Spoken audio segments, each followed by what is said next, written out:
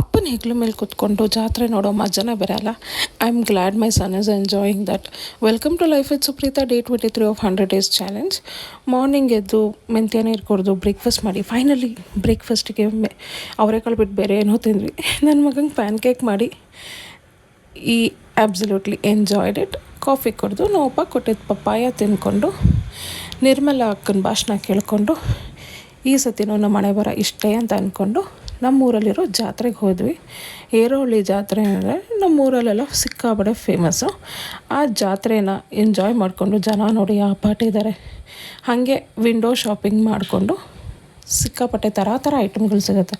ಎಲ್ಲೆಲ್ಲಿ ಏನೇನಿದೆ ಅನ್ನೋದು ನಿಮಗೆ ಗೊತ್ತಾಗೋದೇ ಇಲ್ಲ, ಅಷ್ಟು ಥರ ಐಟಮ್ಗಳು ಸಿಗುತ್ತೆ. ಆ್ಯಂಡ್ ತೇರಿಗೆ ನಮಸ್ಕಾರ ಮಾಡಿಕೊಂಡು ಎಷ್ಟು ಚೆನ್ನಾಗಿತ್ತಂದರೆ ಆ ಜಾತ್ರೆ ವೈಬ್ ತುಂಬ ವರ್ಷಗಳಾಗೋಗಿತ್ತು ನಾನು ಎಂಜಾಯ್ ಮಾಡಿ. ನನ್ನ ಮಗನಿಗೆ ಐ ಥಿಂಕ್ ಇದು ಫಸ್ಟ್ ಎಕ್ಸ್ಪೀರಿಯನ್ಸ್, ಸ್ವಲ್ಪ ಬುದ್ಧಿ ಬಂದಮೇಲೆ ಜಾತ್ರೆ ಎಲ್ಲ ಎಂಜಾಯ್ ಮಾಡೋ ಎಕ್ಸ್ಪೀರಿಯನ್ಸ್ ಫಸ್ಟ್ ಟೈಮ್ ಅವನಿಗೆ.